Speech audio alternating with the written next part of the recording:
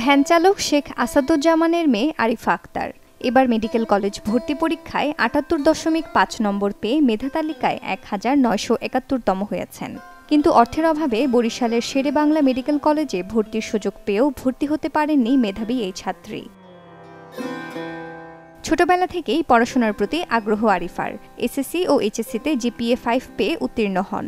অভাবের সংসারে মেয়ের পড়াশোনার খরচ জোগাতে সেলাইয়ের কাজ শুরু করেন মা হামিমা আক্তার।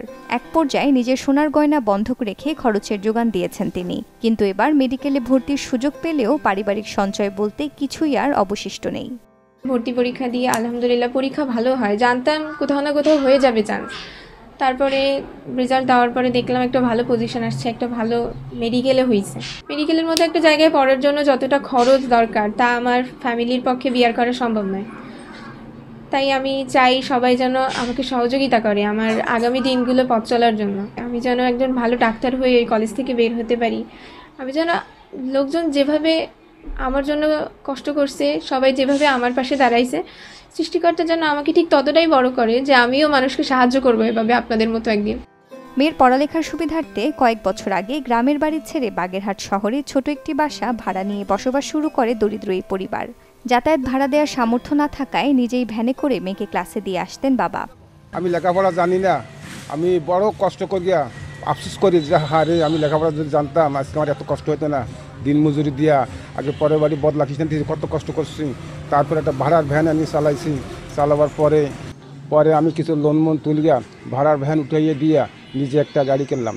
গাড়ি কেনার পরে এরকম করিয়া ২-৩ বছর আমি বাড়িতে যাতায়াত করতাম। বাগেরহাটে স্কুলে নিয়ে যেতাম, নিয়ে আসতাম। ঝড় বৃষ্টি মাথায় নিয়ে, শীত গরম গাড়িগুলির মধ্যে নিয়ে যেতাম, কত কষ্ট হইতো। এমন একটা সাথী আমার ছিল না, পলিটিন পেশাইয়া মেয়েটারে স্কুলে নিয়ে যেতাম। দরিদ্র ভ্যান চালকের মেয়ে আরিফা আক্তার অনেক পরিশ্রম করে অসাধ্যকে সাধন করেছে, মেডিকেলে চান্স পেয়েছে এবং এই অনেক বিত্তবান তার ভর্তির ব্যাপারে সহায়তার আশ্বাস দিয়েছেন। কিন্তু দীর্ঘদিন এই মেডিকেল পড়াশোনা চালিয়ে যাওয়া তার পিতার পক্ষে বা পরিবারের পক্ষে অসম্ভব। এ নিয়ে তারা দুশ্চিন্তায় পড়েছেন এবং আমি আশা করব যে সমাজের বিত্তবানের যেন এই সহায়তায় এগিয়ে আসে। মেধাবী আরিফা এবং তার পরিবারের ব্যাপারে জানতে পেরে এগিয়ে আসে জেলা প্রশাসন ও একটি স্বেচ্ছাসেবী সংগঠন। আমি কথা দিচ্ছি যে আরিফার যে পড়াশোনা এটার সামনে যে বাগেরহাটের জেলা প্রশাসন তার পাশে থাকবে, পাশাপাশি তার সামনের যে দিনগুলোতে যখন তার আরও খরচের প্রয়োজন আসবে, আর্থিক বা বই সংক্রান্ত বিভিন্ন জিনিস যখন আসবে, বিভিন্ন পর্যায়ে যারা আছে তাদের সাথে যোগাযোগ করে আমরা চেষ্টা করব যেন সুষ্ঠুভাবে আরিফা তার এমবিবিএস যে চান্স পেয়েছে ডাক্তার পড়াটা শেষ করতে পারে।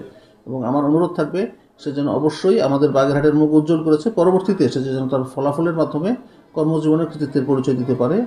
আগামীতে মেয়ের চিকিৎসক হওয়ার স্বপ্ন পূরণে সমাজের বিত্তবান ও কলেজ কর্তৃপক্ষের সুদৃষ্টি কামনা করেন এই পরিবার। Desk report, channel 24।